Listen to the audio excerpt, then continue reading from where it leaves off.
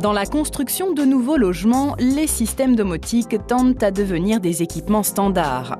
Les maisons neuves sont de plus en plus équipées de produits automatisés et les logements en réhabilitation suivent aussi cette tendance. Le marché mondial a atteint 160 millions d'euros en 2006 et devrait doubler d'ici 2013. Dans le domaine de la domotique, la France commence à rattraper son retard sur les autres pays. Fabrice Lucien est directeur technique. Il nous fait visiter un chantier de réhabilitation d'une maison de 150 mètres carrés en banlieue parisienne. Les propriétaires ont choisi d'automatiser de nombreuses fonctions. Le projet ici en domotique, c'est un projet complet où on intègre en même temps l'électricité, mais aussi la gestion de tout ce qui est volet roulant, de tout ce qui est chauffage, mais aussi tout ce qui est diffusion sonore et diffusion multimédia. Alors ça, c'est un chantier un peu poussé. Généralement, en matière de domotique, les gens nous demandent des choses un peu plus légères. Mais ici, comme on est reparti de zéro, on en a profité pour faire un projet vraiment complet. Ce projet va permettre la réalisation de dispositifs complexes. C'est vrai que dans ce genre de maison, on va pouvoir intégrer toutes les technologies et on va pouvoir avoir des scénarios très intéressants, comme un scénario de départ. On va pouvoir baisser le chauffage, fermer les volets, mettre en route l'alarme avec un seul bouton. Le point névralgique de la maison est le tableau électrique.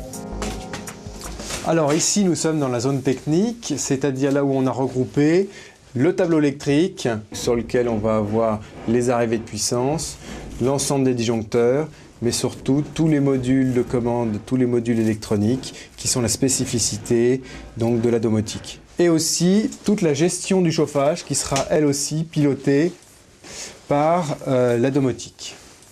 Tous les fils qui arrivent partout du plafond, qui descendent par les gaines techniques, tout sera regroupé dans cette grande armoire et tout est géré donc par ces modules électroniques qui après sont paramétrés lors de la définition du projet au niveau de la programmation.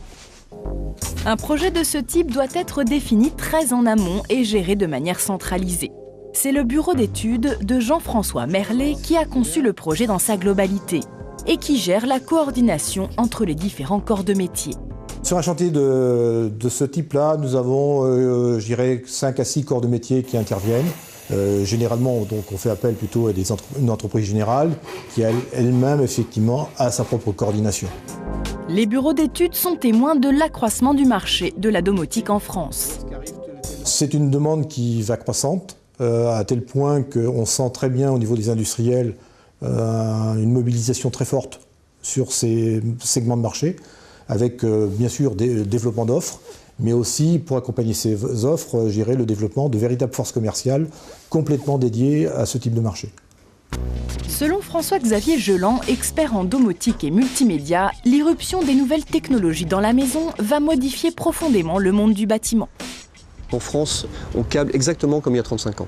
Là où, chez nos voisins, même nos voisins proches, en Belgique ou en Allemagne ou en Angleterre, au fil du temps, en fonction des nouveautés, en fonction de l'innovation, les technologies ont évolué, sont rentrées dans nos maisons.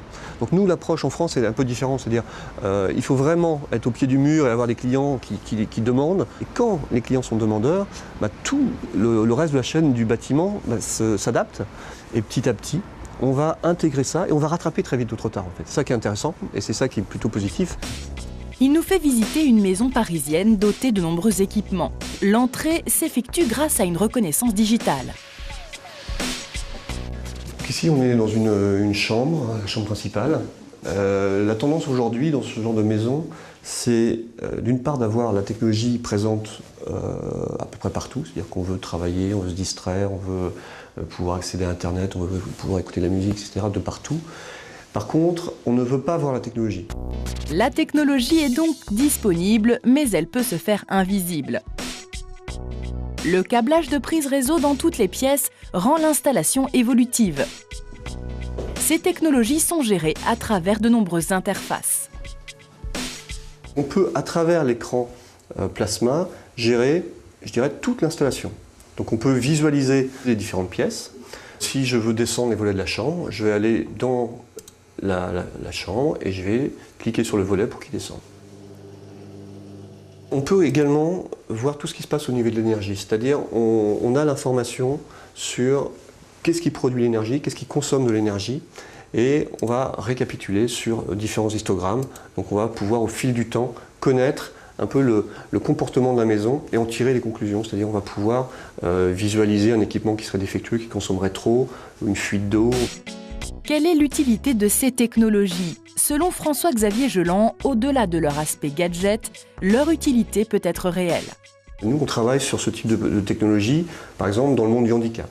Donc là, on comprend bien que ce n'est pas un problème de riche, ce n'est pas un problème de luxe ni de gadget. Exactement ce type d'interface va permettre, par exemple, d'un fauteuil roulant, de pouvoir entrer dans la maison, de pouvoir répondre au téléphone, de pouvoir gérer les équipements. Ensuite, je dirais, c'est un problème de responsabilité, c'est-à-dire aujourd'hui, dans nos maisons, on ne sait pas du tout ce qui se passe. On n'a aucune information sur la consommation de la maison, etc. Donc petit à petit, ça devient fondamental d'améliorer, d'optimiser nos maisons.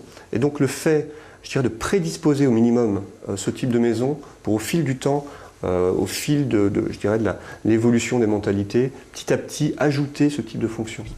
L'impact financier de ce type de projet reste important. Il s'élève à 50% supplémentaires par rapport à une installation électrique traditionnelle.